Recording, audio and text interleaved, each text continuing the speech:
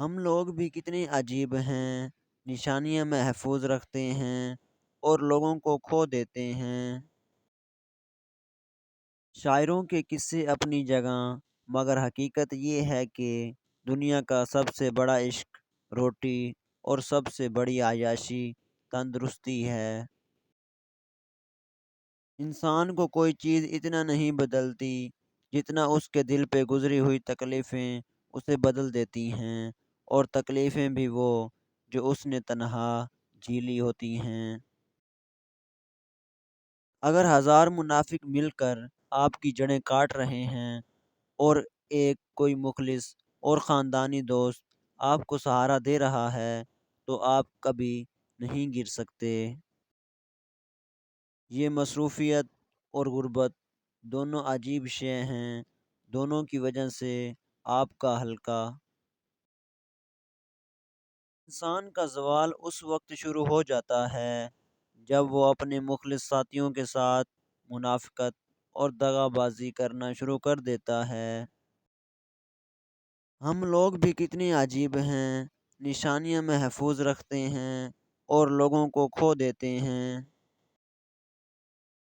بیماری میں خود کو حوصلہ دینے کا ایک طریقہ یہ بھی ہے کہ یقین رکھیں بیماری کے ذریعے اللہ پاک ہمارے گناہ کم کر دیتا ہے۔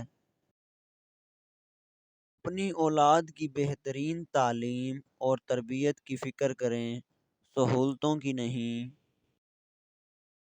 ضروری نہیں ہے کہ انسان کچھ پا کر ہی خوش ہو، بعض اوقات اللہ کی خاطر کچھ چھوڑ دینے سے بھی خوشی ملتی ہے، چاہے وہ بری عادات ہوں یا برے خیالات ہوں، اور مومن کی خوشی تو اللہ پاک کی اطاعت میں ہی ہوتی ہے۔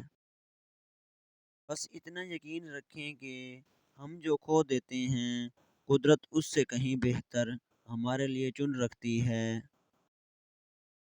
زندگی میں طوفان آنا بھی ضروری ہے تاکہ پتہ چلے کون ہاتھ پکڑ کر بھاگ رہا ہے اور کون ہاتھ چھڑا کر جا رہا ہے۔